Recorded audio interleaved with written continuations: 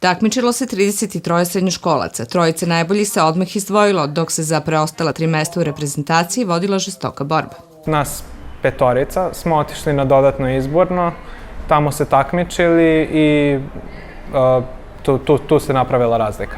Nije bilo lako takmičenje, uspio sam da se izborim do prvog mesta i zadovoljan sam. Tajna uspeha je rad bez prestanka, da date sve od sebe i da verujete u to što radite. Dosta sam radio pred Srpsku matematičku olimpijadu i drago mi je što se taj rad isplatio, što sam na kraju ušao u tim i potrudit ću se da se najbolje spremim za Hong Kong. Kažem, strategija je samo radno do jula, pa ćemo vidjeti kako ćemo proći. Novosađanin Nikola Pavlović je prvi put u nacionalnom timu. Posle prvog dana sam mislio da sam radio dosta solidno, pa onda drugog dana sam radio jedan zadatak i to je pretpostavljam bilo dovoljno.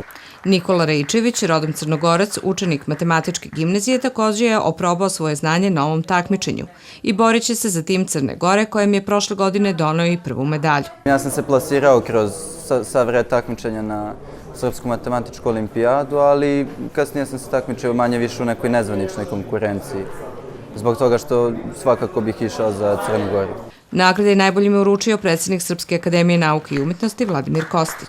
Vaše prisustvo ovdje je za nas nada da postoje neka generacija koja će biti pametnija i mudrija od nas. Dozvolit ćete da vas mi, koji polako odlazimo u posljednje krugove naših trka u Monci, budemo neko ko će vas na toj trci posmatrati i navijati za vas. Atmosfera će u timu biti dobra, kažu takmičari, jer se već dobro poznaju. A profesori ističu da je za ulazak u tim bilo potrebno bar 14 bodova, koliko je na međunarodnim takmičenjima dovoljno za 3. mesto.